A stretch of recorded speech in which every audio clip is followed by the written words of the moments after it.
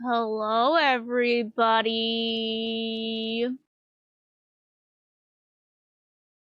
Happy Saturday. Hi, hi. Hi, Friday. Hi, Kristen. Hi, May. How are we doing on this lovely, lovely day? Also, Friday, I looked. Oh my god. Gumi did this yesterday.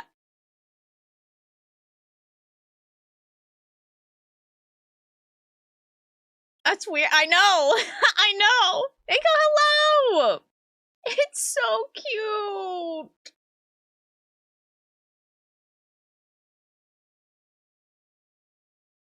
I feel like I need to make it like my profile pic in Discord. It's so, so cute. I love it. It's adorable. I'm glad. It's so adorable. Oh my god. There's I feel like I just caught up on Discord stuff and I'm already behind. It's your first time in a Tiny Terrors book discussion. Welcome in. What this is gonna be an interesting one to start out with, I feel like, if this is your first one. We're talking about November's book, but next month, this is our first month of starting to read the book pick in the month. And next week, we're going to talk about The Visitor. But this week, we're talking about When I Look at the Sky, All I See Are Stars. Did I accidentally choose 2 cult books back to back? Yes, I did. Sure did. Didn't realize it. Wouldn't have guessed it from the synopsis. Oh no. Oh no. The dog is throwing up right now. That's fine. Everything's fine. Everything is grand.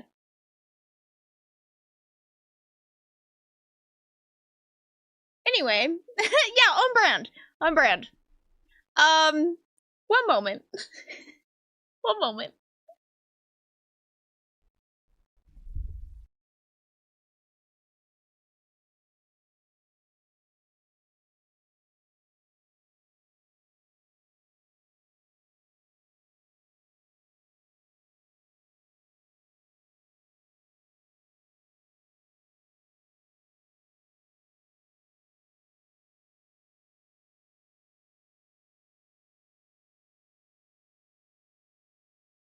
Okay, I'm back. I'm back. Oh, back. Yeah, I did put a poll in the chat to see who had read it. And I'm actually surprised that Yes is winning. I know some of you guys just come in here and, you know, you're just here just to hear about it. But I think this is going to be an interesting one. Yeah, she did it twice. I don't know where the other went. Did not realize how soon book discussion was, so I did not. I was surprised because it had an audiobook.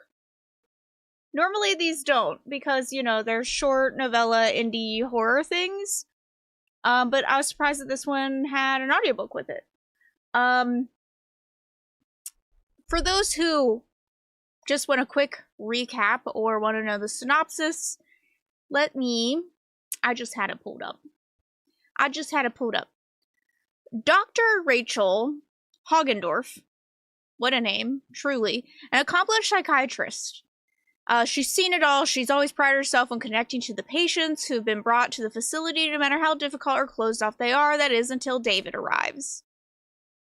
At first, she listens to what David has to say, how he claims to be 400 years old and possessed by a demon. She diagnoses him as having multiple personalities and approaches his treatment as such. But as their time together continues, David begins to share details he shouldn't know and begins to lash out violently when Rachel brings in her colleague, Dr. Dravendash. David's behavior escalates, and it's not long before they begin to wonder if David just might be telling the truth, that he's possessed by demonic presence, whatever, and it wants out. Give him the old Hagendorf.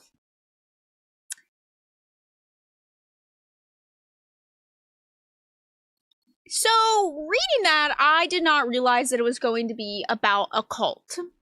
And then at the very beginning, I will say I hate the way that this is worded. Extreme content warning. This book contains extreme violence and sexual content. Do not purchase this book if you are easily offended or require trigger warnings. Why is that such like a victim sounding, like a victim blaming sounding sentence?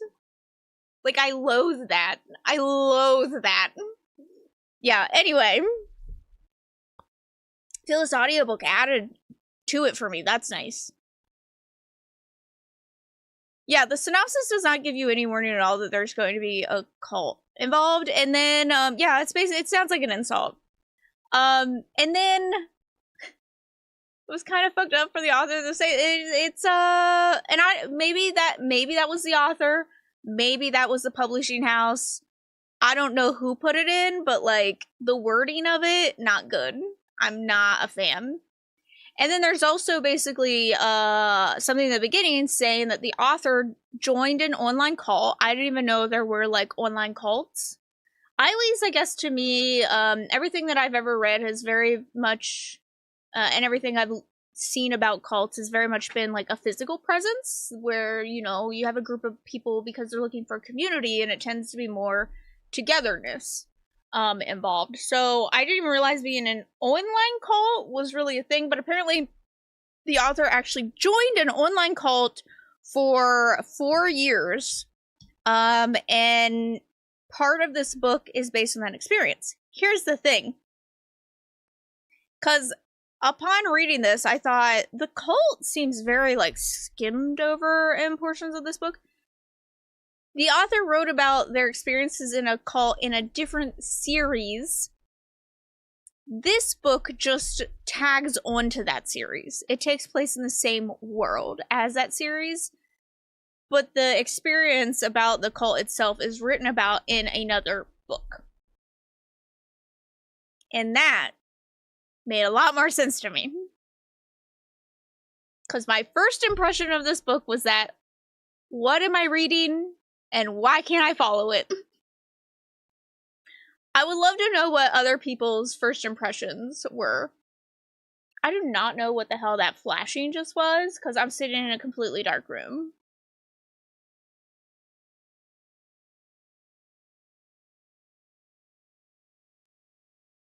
Like the idea of the book, a patient actually has a demon in it, but the doctors are trying to treat it as a medical condition, not understanding it, but I hate what happens. The cult has found me. They're like, how dare you talk about the cult? Should I DNF this from the author's note?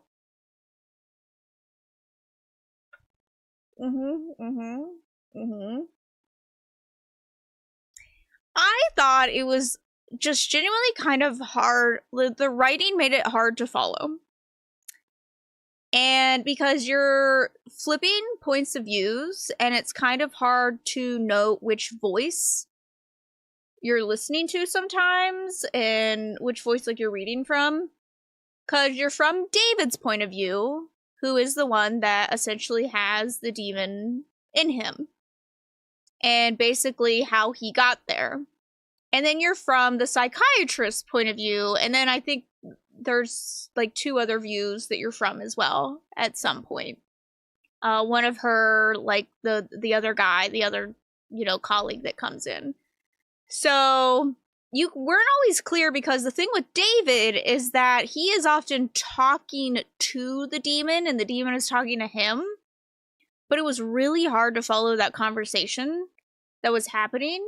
So at the beginning, I'm like, wait, am I from David? Am I the demon? Am I from the doctor's point of view? Like, whose point of view am I from right now? Because, like, we'd be in the head of David, and then immediately it would be Dr.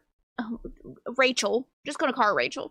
We'd be from Rachel's point of view, and she would be describing him, like, doing the talking. So it was quite hard to follow. And then I was worried because, yes, I do tend to worry, especially when horror books involve any type of mental illness. But in this case, it was kind of the opposite, where they were assuming it was a mental illness when it wasn't. And I feel like a lot of times we get the opposite of that. So I was a little worried about that. But the demon part, I somehow made it worse.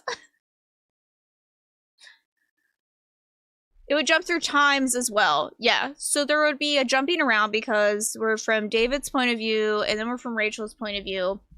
And even the priest, I think at one point, is talking about... That's the other thing. There's a priest here, too. I don't know why. I don't know why there's a priest and there's a psychiatrist in a room together. I really don't. I don't know. Also, the fact that he like shows up in the facility and has done like an absolutely heinous crime, and then immediately kills someone within the facility, and they're still like, yeah, you can sit in this room with him by yourself and interview him. I don't know. It was like past, present, future on one, and you never know who was talking and when what story we're on. It's unclear. Yeah. I think to a point, because this is about this cult that believes in these, like, cosmic gods. And when the cosmic gods come, like, they're going to ascend, essentially. And I think part of, like, you know, when you think about cosmic stuff, you do think that the past, present, future is kind of...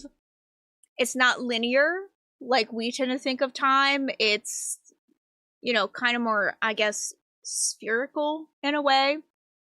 It's not linear. It's kind of all over the place. And I wonder if that is kind of what the author was trying to also, like, make you feel, is that, like, past, present, future just kind of blends as one. But I felt like, if anything, it didn't help me understand the story. They can see the whole timeline at the same time. Yeah. It's kind of like, it's all just there. And I felt like it just was hard to understand. On top of that, I came into this thinking I've missed something. You know, like, I'm like, I feel like I'm missing a key point of information. And I do think, because this is supposed to be for fans of that trilogy that he wrote about the cult. This is a continuation. And I picked this book because I originally saw a ton of rave reviews about it. Well, I since have gone back and looked at those reviews because I was like, did I miss, you know, what am I missing? And most of them came from fans of the trilogy who were excited about another story within that universe. But this doesn't ever mention anything about, like, you know, there's nothing in the synopsis. There's nothing hinting that this kind of follows the events of that, or it's a prequel of that. I don't know. Like, but somehow this story fits into there. And I feel like maybe if I had read that trilogy, maybe I would understand it a little bit more. Yeah, it's not marketed as being connected to another series. That made it very confusing. I only realized that after the fact, because I kept thinking, what on earth did I miss? You know, I'm like, I feel like I missed, like, where did he find this cult, and why was he drawn to this? And people just, like, normally in cults, like, you don't just, I don't know, get transported to some other plane randomly and then suddenly you're part of the cult. Like, is the cult because you become demonically possessed? Or do you go to the cult to become demonically possessed?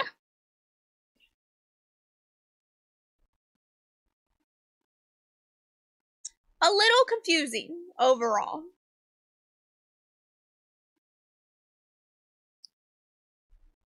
Was I interested to learn more? Yes. Like, there was, like, I felt like the author did do a good job of saying, here is this intriguing patient, right? Because we don't know what's happened to David. And David's being kind of, you know, he's being weird. And at this point, like, they're saying he might be demonically possessed, and, you know, we're allowed to think that because we're the reader and we're not, like, the person in the real life situation. So at this point, we're also like, yeah, he's probably demonically possessed. Tell me more. Kind of deal.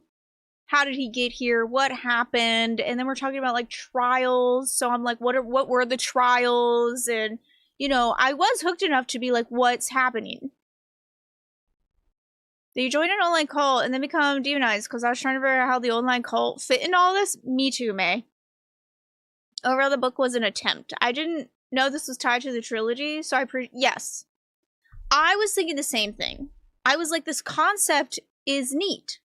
The fact that, like, I don't know, maybe you go looking for community and you end up, you know, in deeper than you thought you were going to be. I think that concept is cool. It's a cool way of looking at a cult view, because I feel like most people look at a cult and it's like, yeah, you come in and you worship a devil, but what if the devil actually, you know, possesses you? And then, like, what from there? There's also very clearly a war happening between the people who are possessed, like themselves, and then the demon inside of them. And we only get glimpses of that. And I feel like this would have been better as a novel instead of novella, because there's so much tension that could be created here. Like, we have David, who's very, like, there's a mystery there. How did he get here? How did a demon take over? And then we have Rachel essentially becoming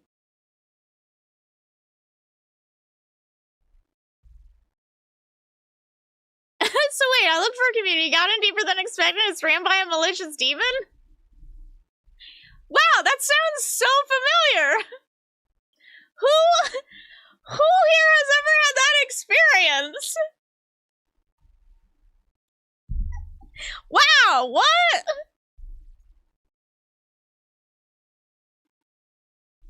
We have this interesting moment where the doctor becomes possessed. You know, there's like all these moments. You should stay and do more research, yeah, for science.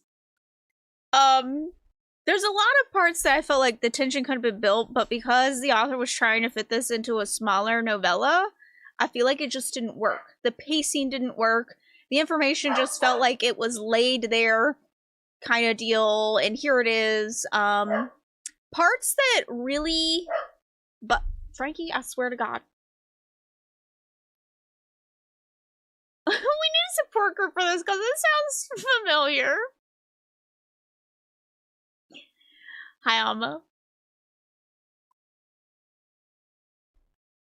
There are two things about this book that I deeply, deeply dislike. The first one being, the demon knows things about the doctor.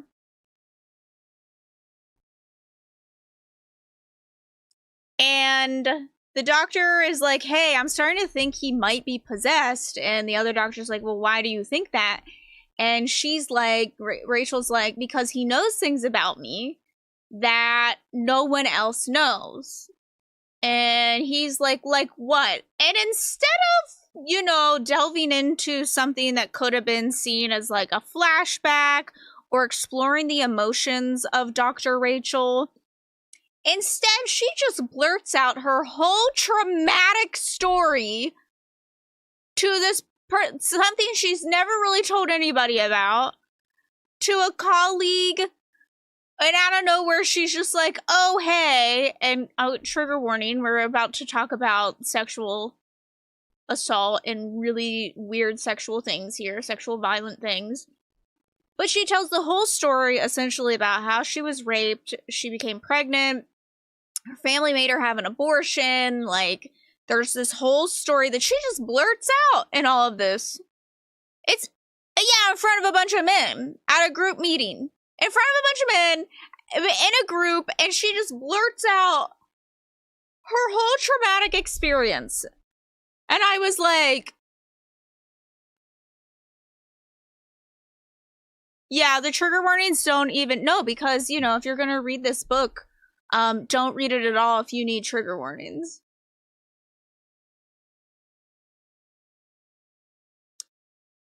That's just such a backhanded thing, and I hate it. Anyway. That's okay, so the second thing I hate is that this is one of those books that falls into the, am I reading the author's wet dream right now?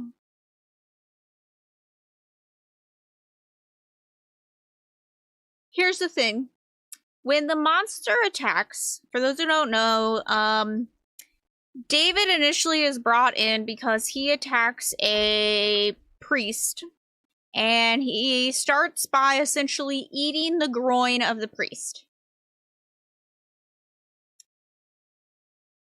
I'm going to say that in a way that makes sense to me, because the priest was sexually assaulting the boys there. And so eating the groin in that moment makes sense to me as a plot device. Is it gross? Is it weird? Yes, but it makes sense. Because the crime and the punishment, there's a theme. Right? When Rachel is like, I still am confused by what even happened here, and I did not feel like rereading it. She basically is like transported to a monster orgy type thing. She like, I don't know, goes and is transported to something, and she walks into this filthy water, and then an orgy begins. And then we're just talking, and it's like all these things are entering her and doing the things. And then there's even tentacles involved, I think, at one point. And then later on, she bites off her own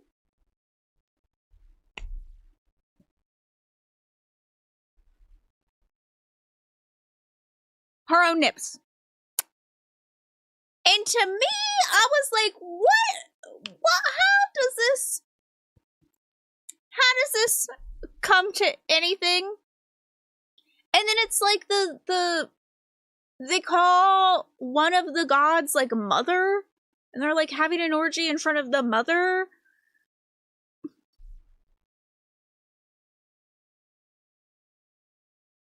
Yeah, the doctor was a short, attractive blonde, you know, she's a hot doctor.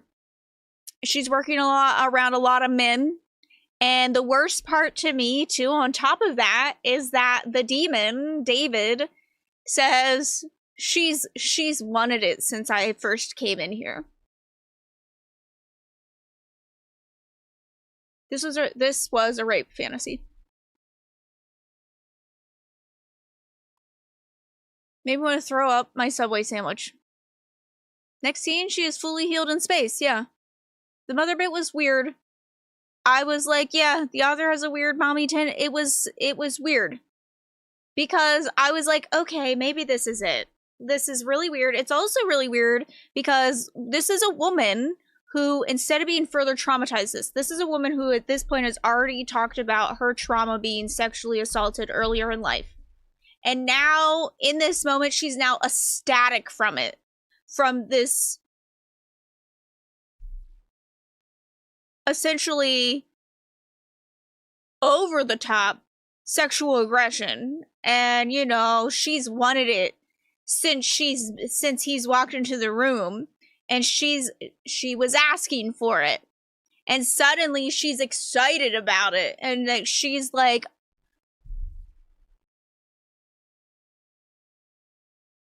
this author has made it onto my no list. And I was like, okay, you had me with the priest thing. You had me with that. This, I'm deeply questioning. What is the point of this? It was so unexpected. I was listening to it out loud. And I was like, oh God, oh God. I was like, let me turn that down. Oh God. Hi, T.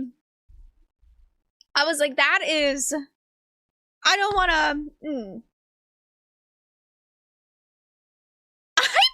if I would read something if Friday would or not. But the thing is, Friday's read all of them.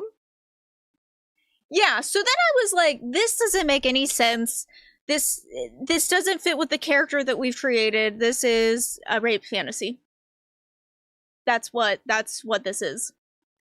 And then it further did that later on. When the doctor is now possessed. Dr. Rachel is possessed. And they have her in a room and she attacks two men. And it says that she has wrapped I'm pretty sure it said that she had wrapped their scrotum around herself.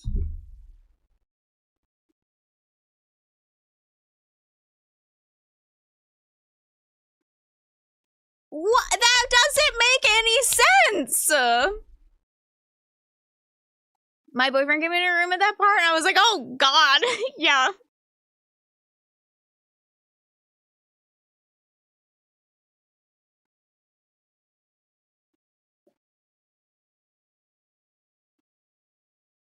I'm pretty sure that's what it said, and I was like, at this point, this is one of those moments where we are doing something wild and grotesque for shock factor and not for story.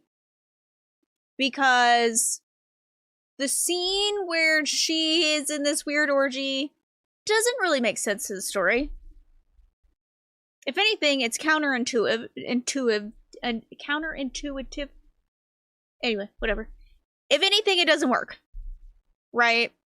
I'm like, yeah, okay, cults are known for, sexual orgy type things, but like not upon entering them. You normally have to earn the trust first. And then when we're killing random people later down the line who like literally have played no part into the story. That's the other thing. You feel no connection to anyone in this story ever at all. Like none of them feel solid. They don't feel real. They're not fleshed out enough. We're getting literally, this feels like what should be like an outline draft for a story instead.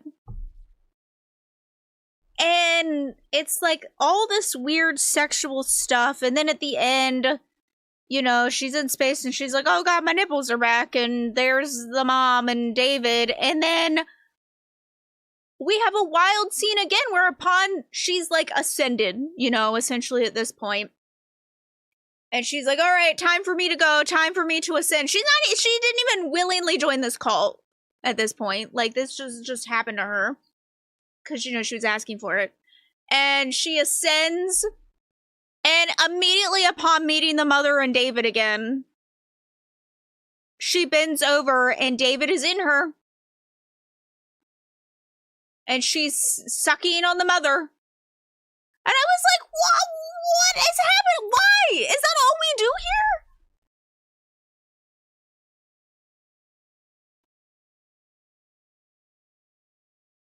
I think halfway through, the author got horny and the whole story it literally just plunges into a weird sex fantasy after that. Like, I understood to a point, and then things just plummeted, and I was just going, what is going on?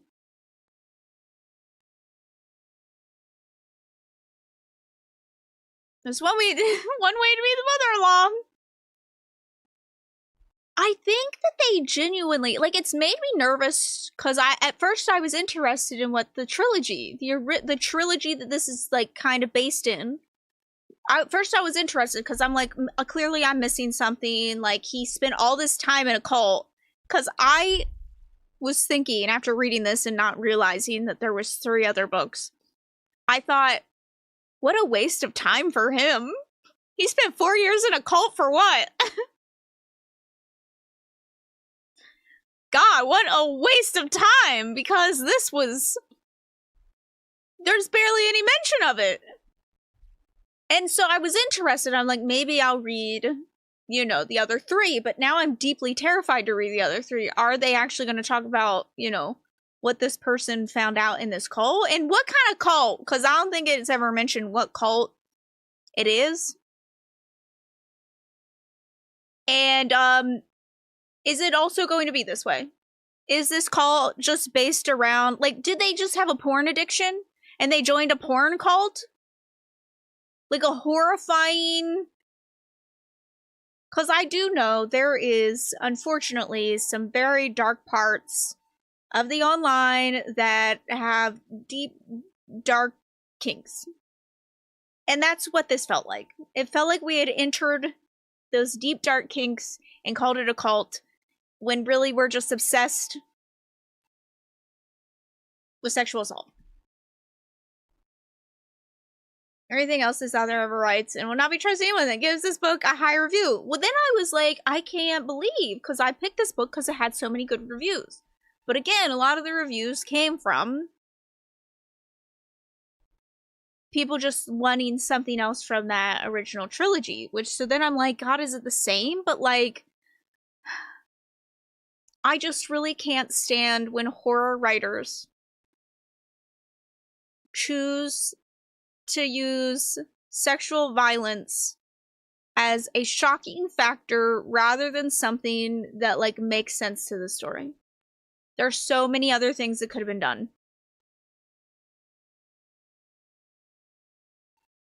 I was also thinking it was just never a cult and it was just a weird part of the dark internet. Like, that's what I was getting, because I'm like, nothing about this is giving me cult.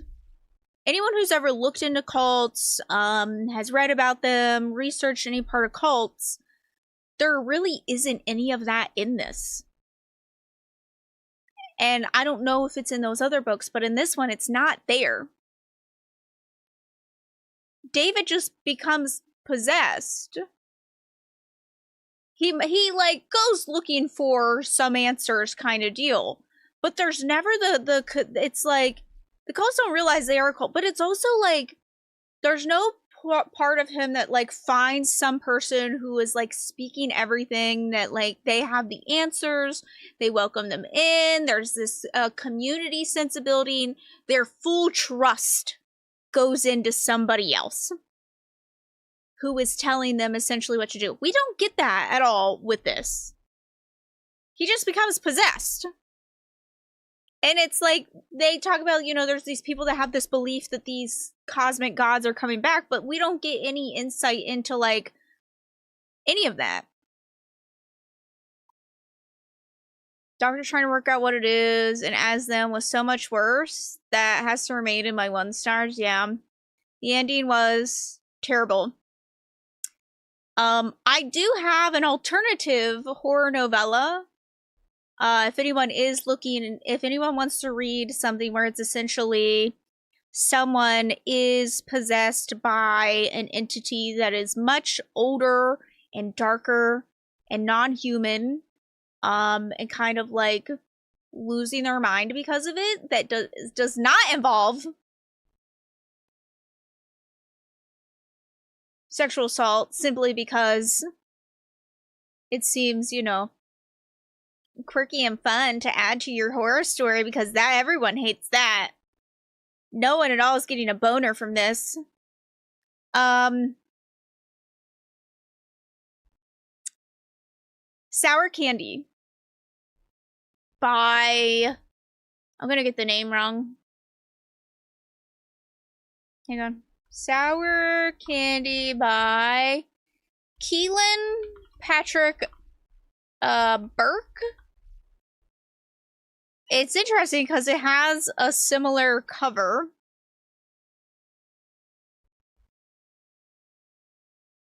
Oh, hang on. This one. If you're looking for something that has like an entity possession that is literally is a wild story, it's this one. This is one of my favorites.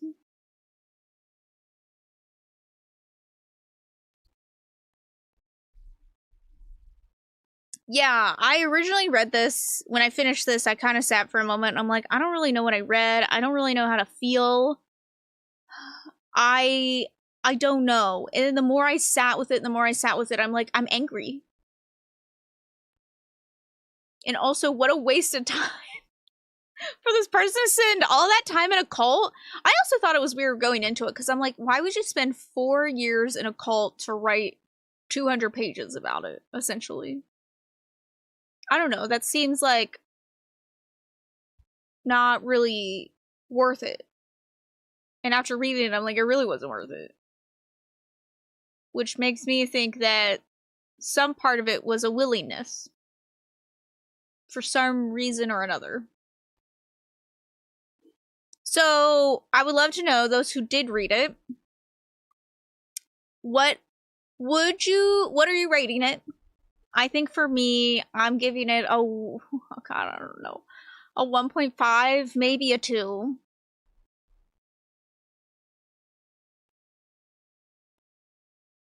Spending all that time in the cult was a choice. Exactly. They were like, look at the sacrifice I made. 2 stars. Stuck between 1 and a 2. I think the story itself is an intriguing concept. I think the writing, I couldn't tell if it was purposely confusing or if it was just confusing. Which could either be in part of the author did a good job of making it confusing because it's supposed to be, or it could be the author is just bad at writing. But I was intrigued enough that I kept going because I'm like, you know, I have so many questions about like what's happening. This is a really interesting concept. Well, you know, how do we get here? And I did, you know, I was compelled to finish the story. Give it a 1. I got angry over time. I just went and changed my rating to 0.5 because I'm angry again. Here's how I'm looking at it at this point. Is it worse than them? No. It's not much better than them. It didn't have as much sexual violence. And like I said, the first instance, I was like, this makes sense in the context of the story for me. I get this. But then there were other parts where I'm like, this doesn't make any sense. And this doesn't fit the story. And this just feels like, this literally feels like a wet dream. If I am thinking this feels like a wet dream and I start thinking about the author, that's when you know that you've lost me. And I don't think that you've written the horror well. If I am now looking at what you got out of this,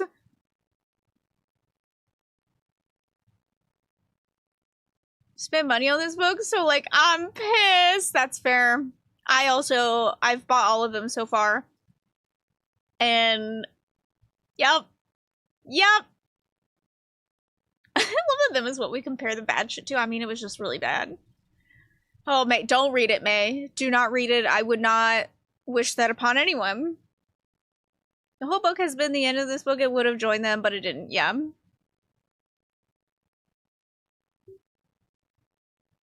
The other lowest rated is a contemporary romance, and this is way worse, so I couldn't give it a 2. That's fair. I guess, is there anyone here who didn't read it who thinks that they would?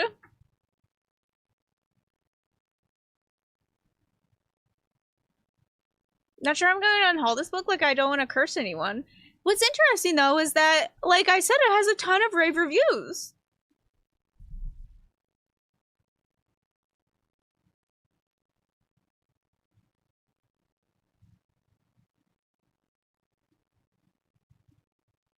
So I'm gonna just delete it from my Kindle and never think about it again.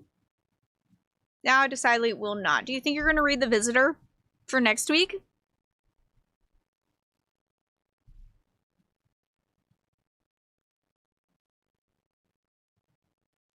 Bad books, bad books are really fun to talk about. I just love shitting on a bad book, I guess. I feel bad, because unfortunately when we read a lot of these types of books, by these types of books, that sounded weird. When we read a lot of indie and self-published books, the authors do tend to, you know, they look to see who's talking about it. And we have had authors pop in. Sometimes I feel really bad about it. But reviews are not for them. They're for you, as the reader. See, I have high hopes for The Visitor, because I have read Sergio before and have really liked what I've read from them. So that's why I felt pretty confident picking The Visitor for this month. You're gonna be out of town! Oh my gosh! Oh, I guess it is like holiday season. My strongest opinions about books I absolutely cannot stand!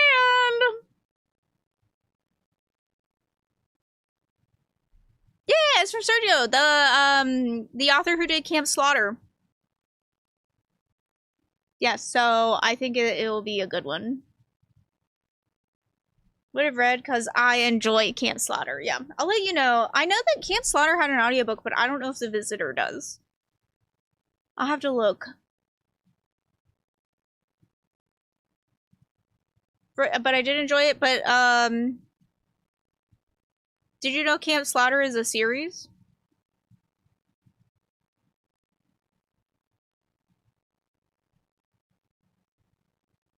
Hey, come here. I would be interested to ask some questions, because I'm sure we were missing a lot of context into the world he has built.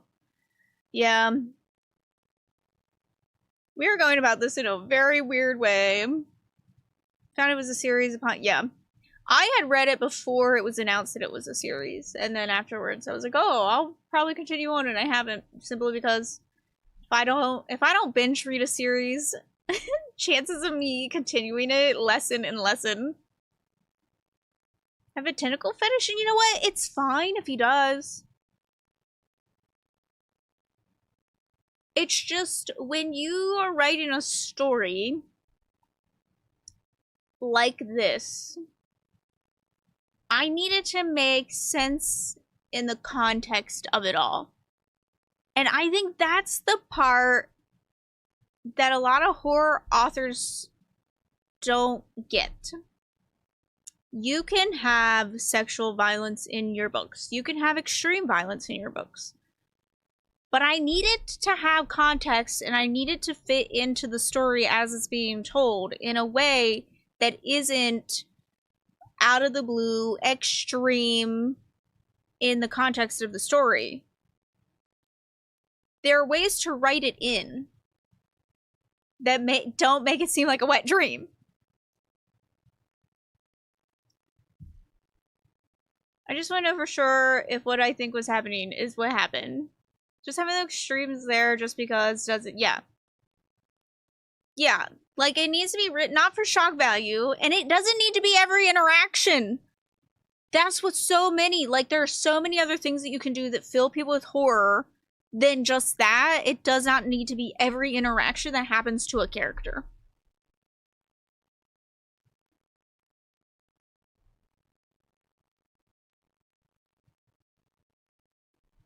I don't think I've ever read any... Crowley? I don't even know. I don't know. Part of me is intrigued to find out what the rest of this world that this author has built is like. It's based around this cult, and like what cult it was, what it involves. Does it even involve any of this? You know? There's just a lot of parts of this that just don't quite mesh together well for me. I don't know. I'm still stuck between a 1.5 and like a 2. It's very rare that I give a book a 1. I do tend to think that I tend to be a little gracious with my scaling when it comes to rating books, because enjoyment goes a really long way for me. But writing, I'll take into consideration even if I don't like a book if it's written well. But, oh, man, it had such an interesting start. Confusing, but interesting start, and then... You gotta have been real bad if I rate you low. Like, I will DNF a book before I will normally give it a 1 star. Because normally if I DNF a book, it's because I know a book just isn't for me, kind of deal. And I just won't rate it. But if I give you a 1 star, it's because you are bad. I'm sorry. You're not bad. It's just, it was really bad for me. Yeah, 1 star is offensive, 2 is bad books, 3 is, they're bored. They're fine, but they're, you know, it's whatever. Good books, 5 is great. Especially about the beast, how the perceptions would shift in front of the characters. Imagery was a strong point for him, yeah.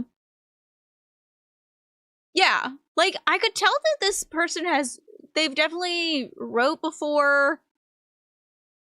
Like I said, like, it was a really interesting concept. It's just the whole thing just really fell apart very quickly for me. My book has an interesting premise, and then turns out you're going, girl, what? Yeah, like, what?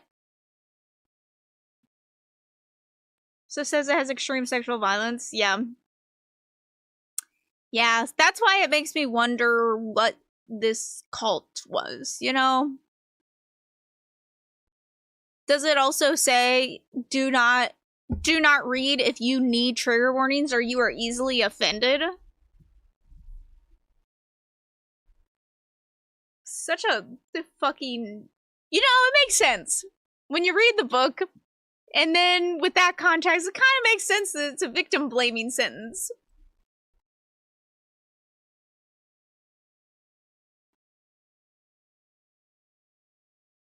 Found this book very offensive to my mental health and my bank account.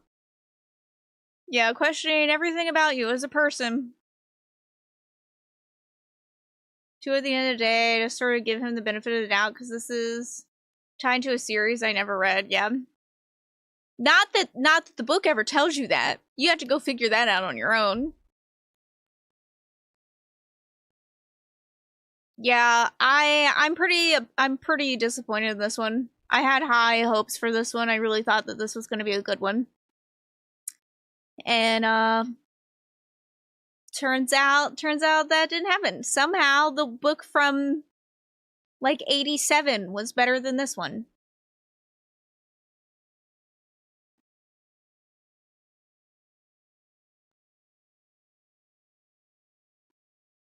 That had a second story in it? Oh, I don't know.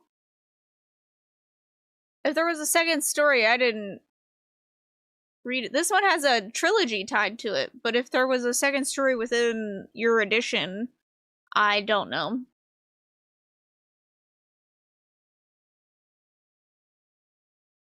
That I don't know. It might have been sold together with something. The other one, so the trilogy that it's based around is called oh Jesus Christ. Is called Father of Lies. And the first one is, where does it have that? Where is it? Ritual, communion, and sacrament.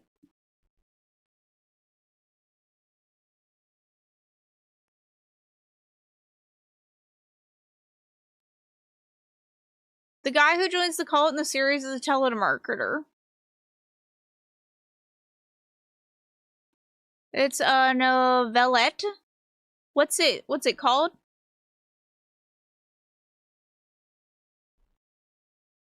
Yeah, the first one's called Ritual. Apparently there's also an essay called The Battle Raged On and On, answering reader questions about the trilogy.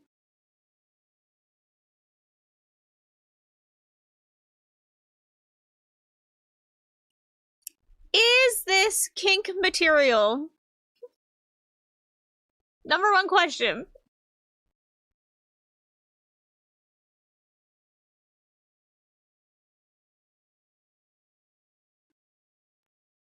Oh, it always makes me nervous then to see anything that's recommended down below.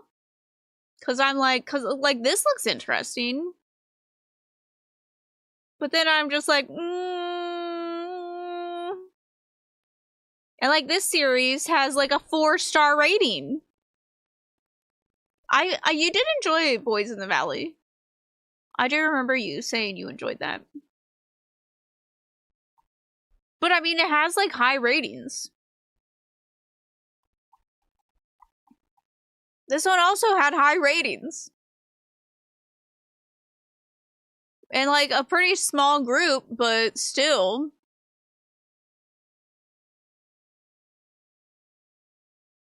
This was published this year?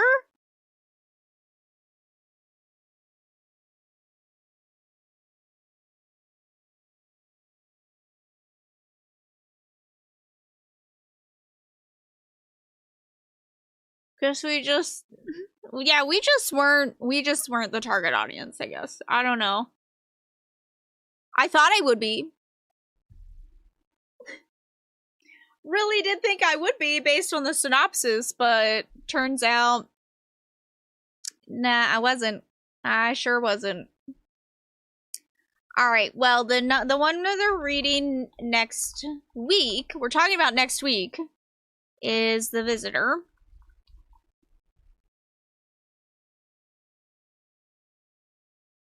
On Christmas, during one of the worst snowstorms Indiana has ever seen, 5 strangers are forced to take shelter inside of a roadside diner.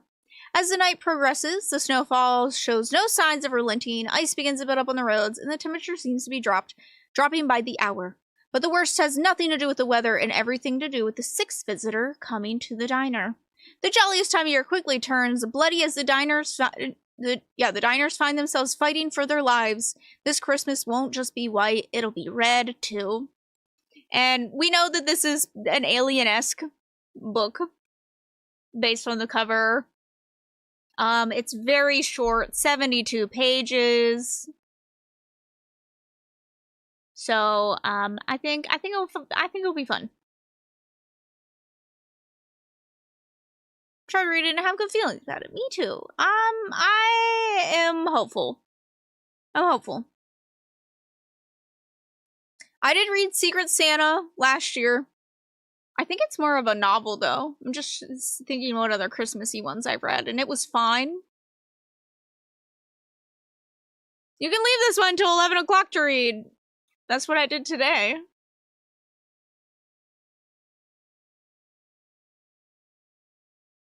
Oh, The Cockroach King is on my list.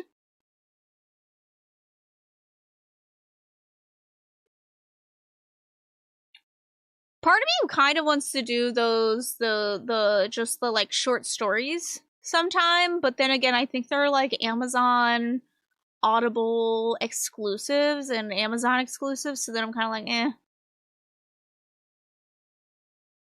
I thought this one sounded kind of cool.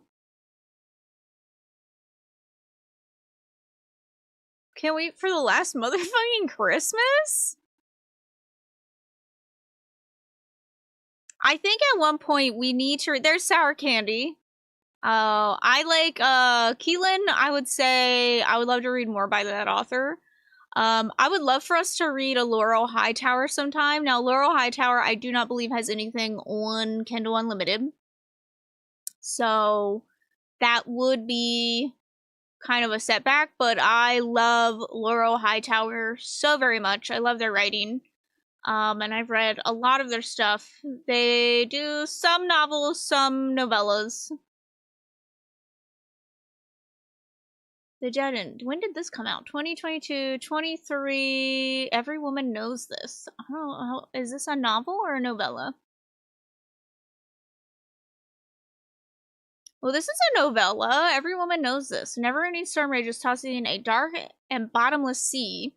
Tentacle beasts reach from every direction, a battle at every turn, but they've chosen the wrong target. Armed with teeth and sharp weapons of her own, she'll fight until there's nothing left, and then she'll pick herself up and fight again.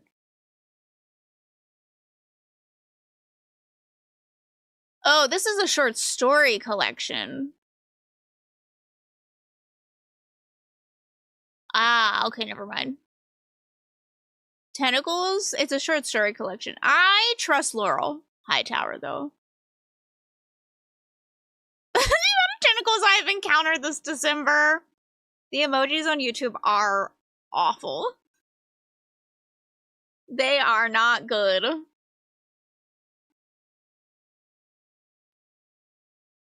Whispers in the Dark. Is this a novella? Not quite. It's a very tentacle Christmas for you, Friday. Very much so. All right, friends. That's it for our discussion today. I feel like I barely asked you all anything pertaining to this book. I just complained the whole hour.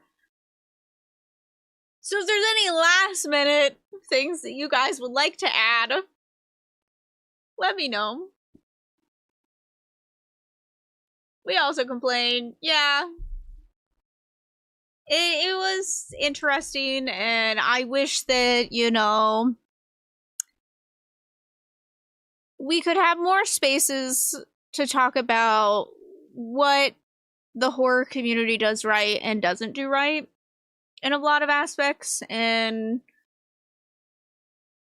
I know part of the reason I wanted to do Tiny Terrors is to help people kind of find horror books that might work for them, but also I love horror novellas. There's some really great ones out there. But I feel like I haven't been doing justice some months. How did I want this book to end? I wanted to see more into how we got here. I wanted to see more of, like, Rachel fighting. I mean, this is a trained psychiatrist who should be good with, like, brain stuff, you know? And who has had this traumatic experience. I wanted her, when this demon comes to enter, I wanted her to be a fighter in that moment. Because that's what she should have been. And instead we got a woman who was asking for it. And that's what I wanted. And I wanted her to recognize what was happening to David and, you know, looking at religious factors to figure that out, like how it got there, how it could be battled. Be doctors versus demon battle. Yeah, pretty much. It's not live on Twitch. Go away, Stream Elements.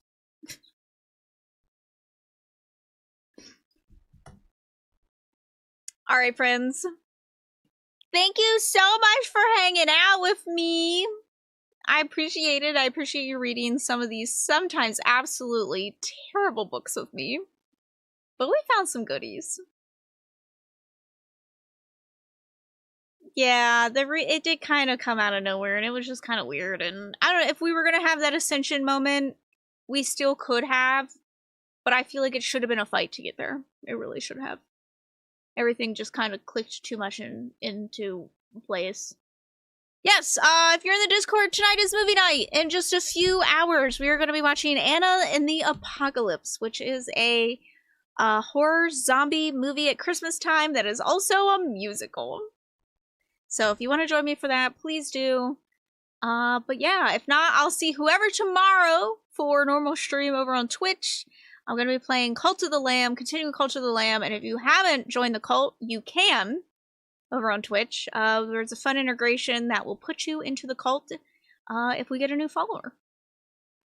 So thank you guys so much, and I will see you then! Alright, bye-bye!